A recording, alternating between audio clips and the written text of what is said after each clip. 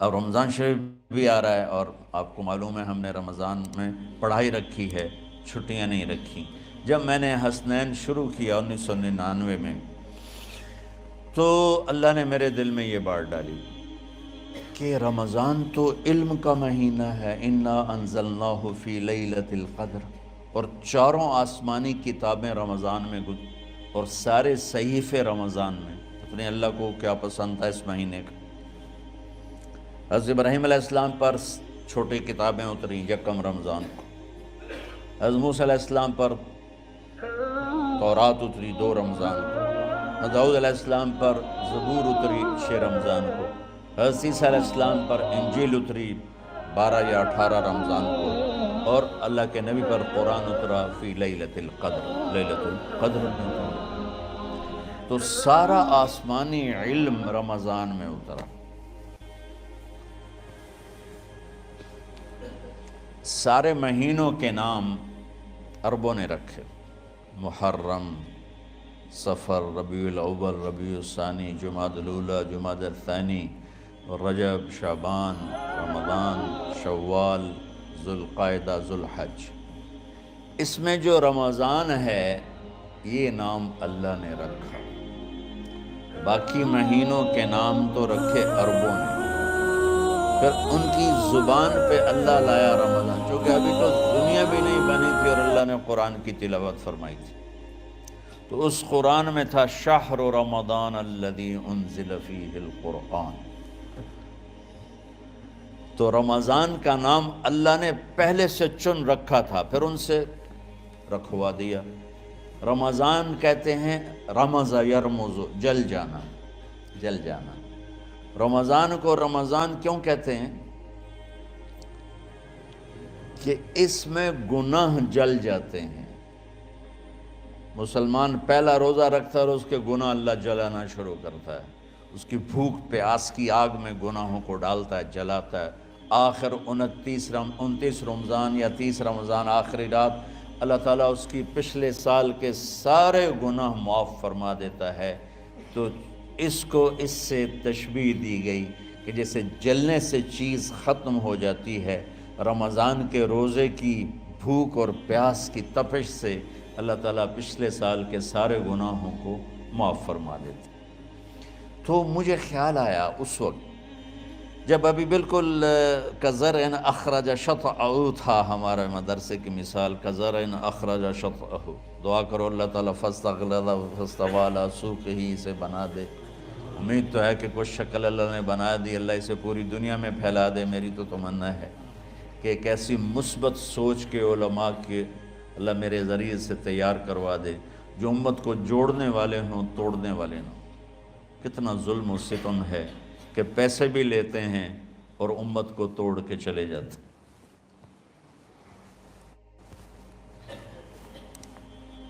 میں نے ایک خطیب سے کہا تم یہ منفی تقریریں کیوں کرتے ہو، تم مثبت کیوں نہیں کرتے؟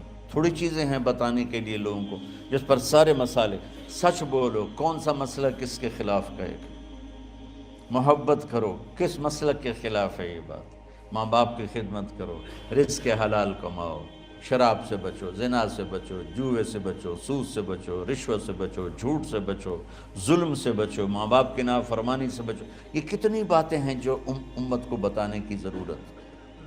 کہنے لگا یہ پھر پیسے نہیں لبدے، پیسے ہی اس گل دے لبدے کہ آج تسی فلانے آندہ توا لین بجامنا، اگر میں توا نہ لگاؤں تو میں تو نہ پیسے ہی نہیں دے میں۔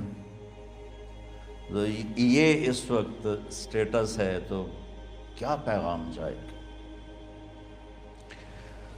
تو اللہ تعالیٰ آپ کو مثبت بنائے۔ رمضان میں چونکہ سارا علم اترا تو مجھے خیال آیا کہ ہمیں رمضان میں چھٹی کرنا تو ایک ایسی عادت ہے، کوئی سنت تو ہے نہیں، تو مجھے رمضان میں پڑھائی کروانی چاہیے، چاہے تھوڑی ہوگی، روزے کی بھوک بھی ستائے گی اور رات کے جاگنے کی وجہ سے نیند بھی ستائے گی، لیکن اس میں ایک لفظ سینکڑوں لفظوں پہ بھاری ہوگا غیر رمضان۔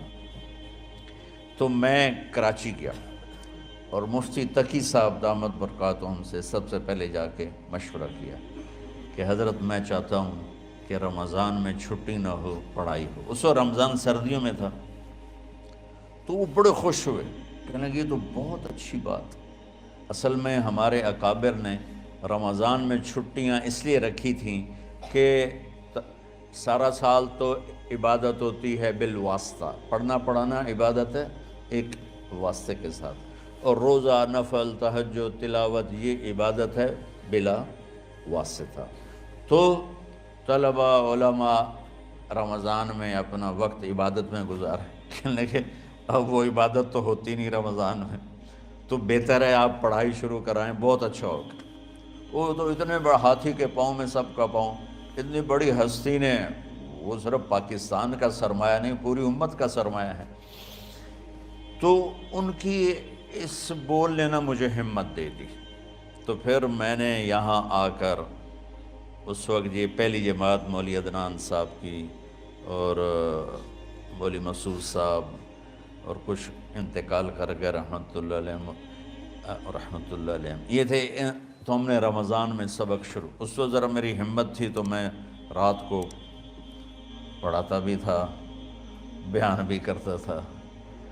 اب تو یہی میں اتنی مشکل سے بول رہا ہوں۔ تو ہم نے رمضان میں شروع کی کہ یہ رحمتوں کا مہینہ، ہر چیز کی برکت کا مہینہ، ہر شے کی اللہ کی طرف سے فراوانی اس میں ہے، علم کی بھی، ہدایت کی بھی، رزق کی بھی۔ غریب سے غریب آدمی بھی سموسے بنا کے بیٹھا ہوتا ہے، پکوڑے بنا کے بیٹھا ہوتا ہے، اور دسترخوان پہ ایک کی بجائے 3 چیزیں پڑی ہوتی ہیں۔ چاہے رمضان کے بعد سب کے پیٹ خراب ہوں، ایک واری تک کھانے دی تباہی پھیر دیں۔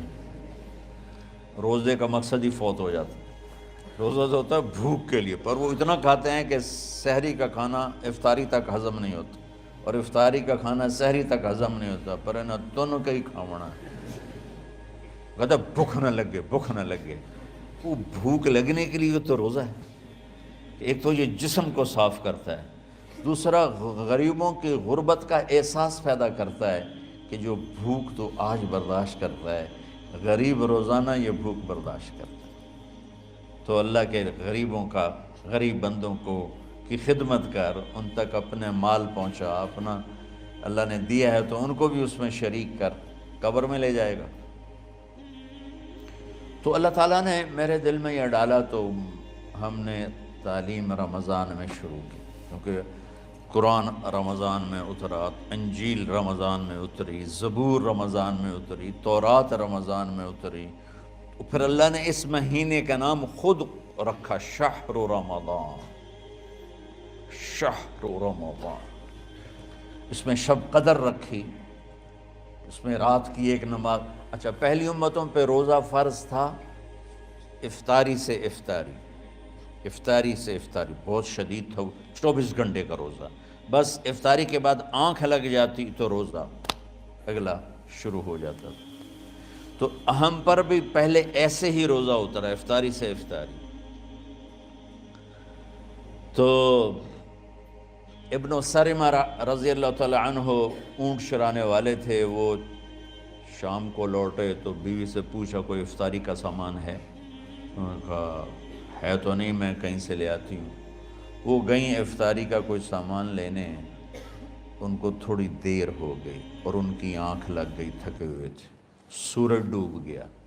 جب وہ آئیں تو ان کا ہائے سرمہ تو ہلاک ہو گیا۔ کیا ہوا؟ کہا اگلا روزہ شروع ہو گیا کیونکہ تیری آنکھ لگ گئی۔ تو انہوں نے کہا چلو کوئی بات نہیں، لیکن ظہر کے وقت بے ہوش ہو گئے۔ ایک روایت میں آتا ہے نماز پڑھنے آئے اور گر گئے، اور ایک میں آتا ہے گھر میں بے ہوش ہوئے۔ تو جو بھی صورتحال تھی اللہ کے نبی کو پتہ چلا۔ کیا ہوا سرمہ کو؟ کہا جی وہ افطاری کر نہیں سکے تو روزہ شروع ہو گیا تو بے ہوش ہو گئے۔ تو اللہ کے نبی رنجیدہ ہوئے، تو اللہ تعالیٰ نے قرآن اتار دیا، چلو میرے محبوب ساری رات کھاؤ، حتی یتبین لکم الخیط الابیض من الخیط الاسود من الفجر، کہ میرے محبوب صبح صادق تک آپ کی امت کو اجازت ہے، کھاؤ۔ پہلی امتوں پر افطاری سے افطاری، لیکن ان کی نماز تراویح نہیں تھی۔ تو ہمیں اللہ تعالیٰ نے دیا سحری تک، پوری رات. اچھا ایک صحابی آئے, یا رسول اللہ میں تو مارا گیا. آپ نے کہا کیا ہوا؟ کہا میرا روزہ تھا, میں بیوی کے پاس چلا گیا. آپ نے کہا تو پھر تو غلام آزاد کر, کفارہ دے. کہا جی میں تو خود غریب آدمی ہوں, غلام کہاں سے آزاد کروں, خریدنا پڑے. آپ نے کہا 60 مسکینوں کو کھانا کھلا. کہ میں آپ مسکین ہیں, میں کینوں کھانا کھلاؤں؟ آپ نے فرمایا پھر آخری ہے کہ 60 روزے مسلسل رکھنے ہوتے ہیں جو کفارے کے ہوتے ہیں. وہ کہنے لگا ایک روزے چاہے کم کیتا ہے, 60 روزے اج میں کی کروں گا. تو آپ نے فرمایا اچھا ٹھیک ہے بیٹھ جا. بیٹھ گئے. تھوڑی دیر ہوئی تو ایک انصاری صحابی کھجوروں کا ٹوکرا لے کر آیا کہ یا رسول اللہ یہ صدقے کی کھجوریں ہیں, تقسیم فرما دیں. تو آپ نے فرمایا بھائی وہ کدھر ہو؟ کہا جی بیٹھا ہوں. آپ نے کہا ادھر آ, یہ کھجوریں لے جا اور 60 گھروں میں تقسیم کر دے.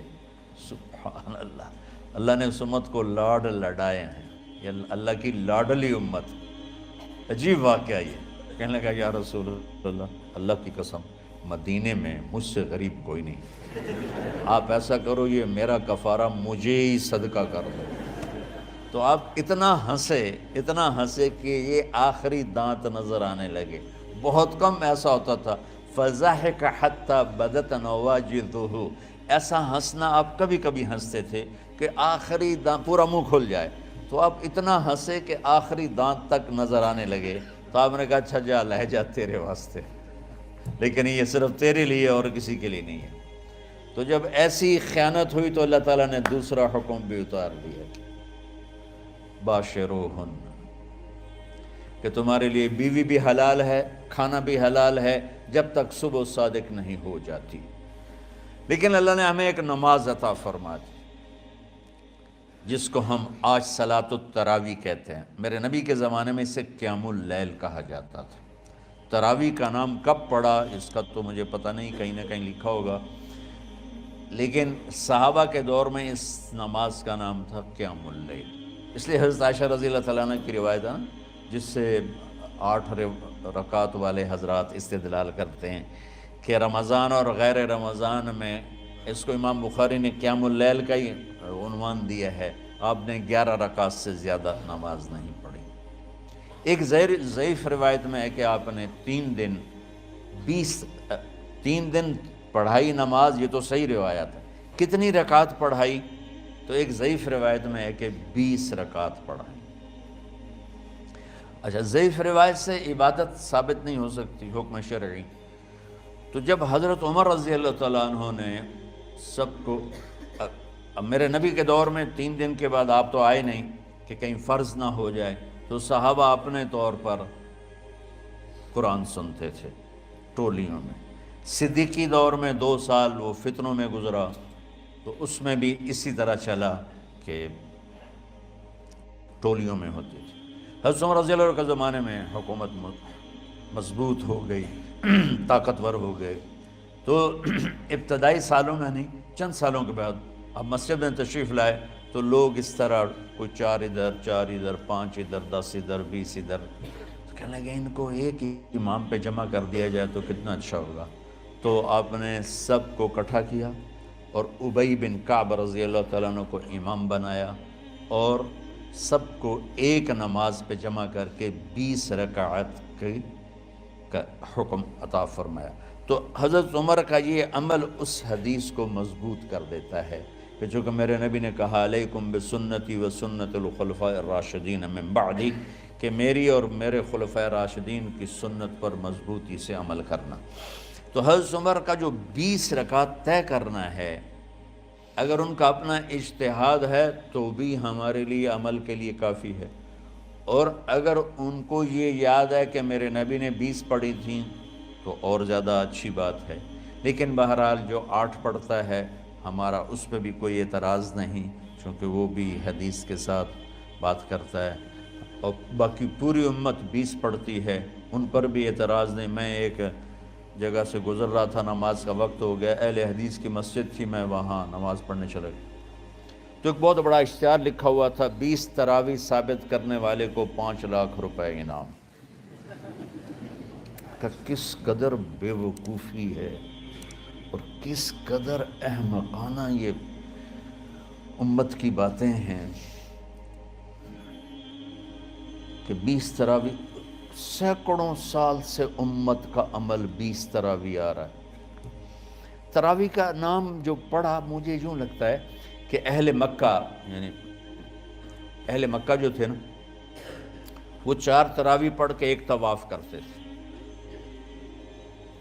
تو وہ آرام کے لیے ہوتا، ترویحہ آرام، تھوڑی دیر کا آرام۔ تو 4 تراویح کے بعد ایک طواف کرتے تھے، وہ چھوٹا سا طواف 10 منٹ میں ختم ہو جاتا تھا، اور پھر 4 تراویح پڑھتے تھے، پھر طواف کرتے تھے، پھر 4 پڑھتے تھے، پھر طواف کرتے تھے۔ یہ صحابہ کے تھوڑے بعد کے دور کی بات۔ تو مدینے والوں کو پتہ چلا کہ مکے والے تو یہ کرتے ہیں، وہ کہنے لگے اساں کی کریے؟ انہوں نے کہا اسی 40 تراویح پڑھیں گے، 40 رکعت، وہ 40 رکعت پڑھتے تھے۔ تو نوافل میں کوئی سختی نہیں کہ بھائی 8 سے زیادہ نہیں پڑھنی، بدعت ہو جائے گی، اور 20 پڑھنا بدعت ہے، یہ سب جہالت کی بات ہے۔ اور یہ 8 پڑھ رہے ہیں یہ غلط ہے، یہ بھی حماقت کی بات ہے۔ جو صحیح حدیث سے دلیل پکڑ کے کوئی عمل کرتا ہو تو بھائیو اس سے بحث نہ کیا کرو، مناظرہ نہ کیا کرو، یہ بہت نادانی والی بات ہے۔ اور امت کا خلق لاکھوں کروڑوں انسانوں کا ایک عمل پہ جمع ہونا، یہ بذات خود اس کی طاقت کی ایک دلیل۔ اور حرمین جب سے میرے رب نے حضرت عمر نے 20 رکعت شروع کی، آج تک وہاں بھی ساری مساجد میں 8 رکعت تراویح ہوتی ہے، لیکن حرمین کی مسجد میں 20 رکعت، ادھر بھی ادھر بھی۔ اور یہ جو وہاں ختم قرآن پہ دعا نہیں مانگی جاتی، یہ کس کا عمل ہے؟ حضرت عثمان کا۔ حضرت عثمان نے اپنے دور خلافت میں تراویح پڑھانے والے سے کہا جب قرآن ختم کرو تو دعا کرنا۔ وہ کہنے لگے جی کیا دعا کروں؟ کہ جو تیرے دل میں آیا کرنا۔